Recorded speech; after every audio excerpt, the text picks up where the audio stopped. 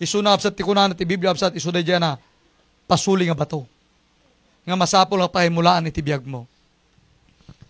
Way back November 4, 1994, that is the time nga iti biyag ko absat na imula ka absat iti Apo. Na irelasyon ak ti Apo because why? Inawat ko ni Kristo akas manubot kin mga isalakan ko because why? Hang ko kaya nga isalakan iti bagik. Iti relihiyon han nakababaling nga isalakan. Iti good works han mabaling nga isalakan. It's only by the Lord iti mga isalakan. Nga ipakaawat ti Apo masapol maawatam dayjay. Tamangan lakit yung makalag church paspasurot ken na anak mo kinapo kung baka lakit di hang ka na ibangon ka sa ti kasi ka panagbangon. Sayang. Tanumatay ka, impyerno ang tulat at bagsak mo. Faith, kapsat, we need to understand. Amen?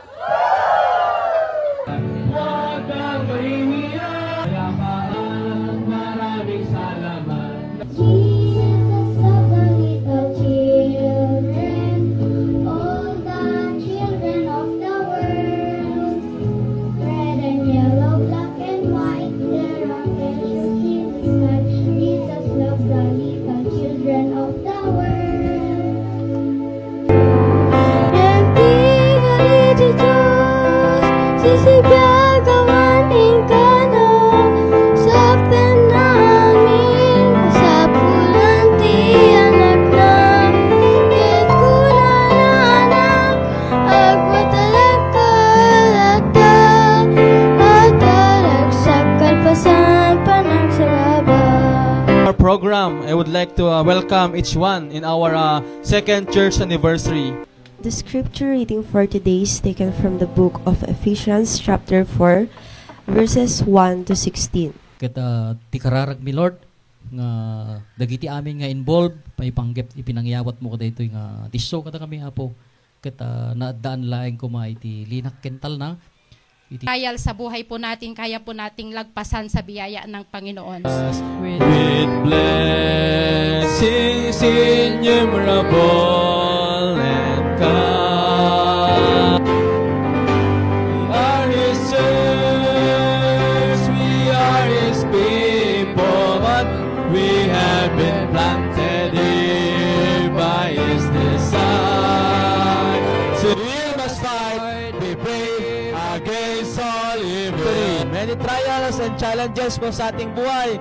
Pero, the comfort, pagligtas ka, you will go to heaven when you die. Let's sing a song, When We All Get to Heaven. Sa mga ligtas, lakasan po natin ang pag-awit. Sing the one to stop all Jesus. When we all get to heaven, what a day of rejoicing that will be. When we all see Jesus, we'll sing and shout the victory. While we walk the pilgrim pathway, clouds will overspread the sky. But when Pastor R.J. De Jesus and our senior pastor, Pastor Peter Garcia,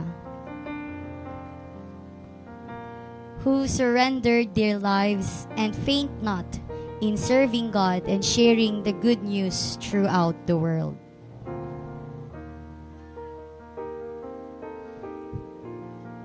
With their living testimonies, surrendered, and a life that is promising, a fruit from their branches crosses, Pastor Jomar Colasing was called and became a pastor in Bagao.